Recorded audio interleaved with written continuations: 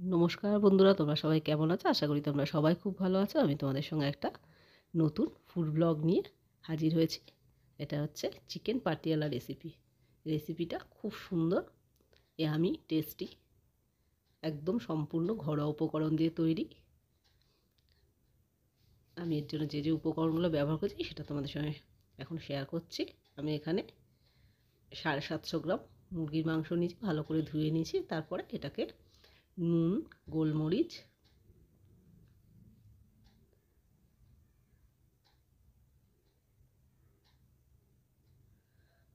আদা রসুনের পেস্ট, হলুদ সামান্য পরিমাণে, গরম মশলা, টক দই,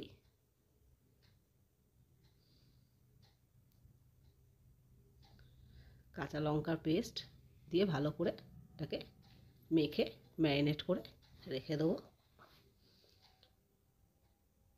আর ওপর থেকে তেল দিতে ভুলবেন না, আমি এখানে সাদা তেল দিচ্ছি। মাংসটা আমার ম্যারিনেট করে রাখা হয়ে গেছে। এবার মাংসটাকে আমি ফ্রিজ থেকে বের করিয়ে নিয়ে কড়াইয়ে সাদা তেল দেবো।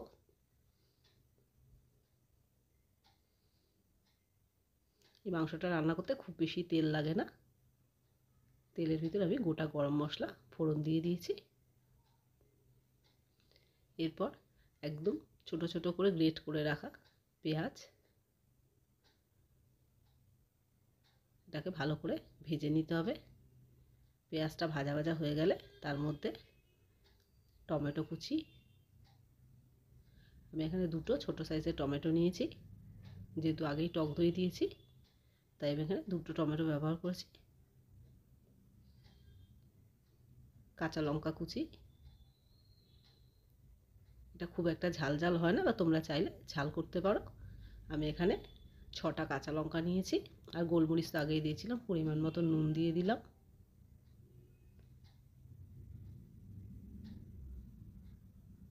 দিয়ে এটাকে ভালো করে ভেজে নিতে হবে। আর কস্তুরি মেথিটাকে আমি ভিজিয়ে রেখেছি যাতে এটা পুড়ে না যায়।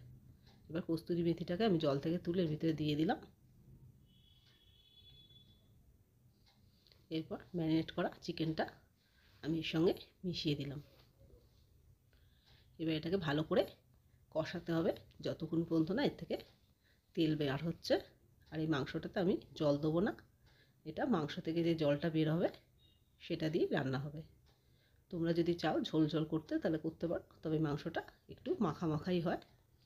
এটা সামান্য গরম মশলা দিয়ে দিলাম, ধনে জিরে গুঁড়ো দিলাম।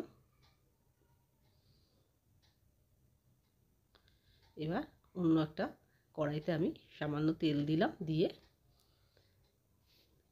ক্যাপসিকাম, আমি এখানে একটা বড় সাইজের ক্যাপসিকাম নিয়েছি।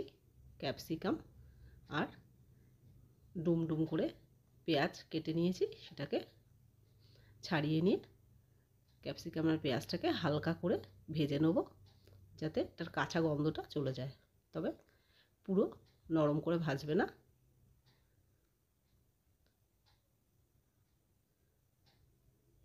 আর এর ভিতরে আমি দুটো শুকনো লঙ্কা ফোড়ন আর সামান্য মৌরি দিলাম। এবার দেখো আমার চিকেনটা থেকে জল বেরিয়ে গেছে, তেলও ছেড়ে গেছে। এবার আমি এর ভিতরে পোস্ত আর কাজু কিশমিশ বাটা দিয়ে দিলাম। এবার এই যে হালকা করে ভেজে রাখা ক্যাপসিকাম আর পেঁয়াজটাকে আমি উপর থেকে দিয়ে দেবো।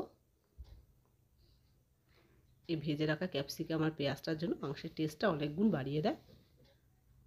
আমার আজকের রেসিপিটা তোমাদের কেমন লাগলো অতি অবশ্যই জানিও। বাড়িতে একবার ট্রাই করো, আশা করি ভালো লাগবে। যদি ভালো লাগে লাইক শেয়ার কমেন্টস করতে ভুলো না। আর এই রেসিপিটা ভাত, রুটি, পরোটা, রাইস সব কিছুর সঙ্গেই ভালো লাগবে।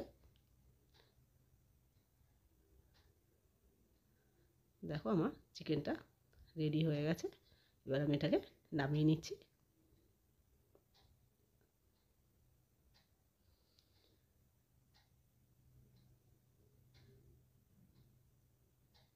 চিকেনটা একটু সাদা সাদা হয় যেহেতু আমি এটাতে হলুদ ব্যবহার করিনি। টোটালটাই আমি গোলমরিচ আর কাঁচা লঙ্কার ওপরে রান্নাটা করেছি।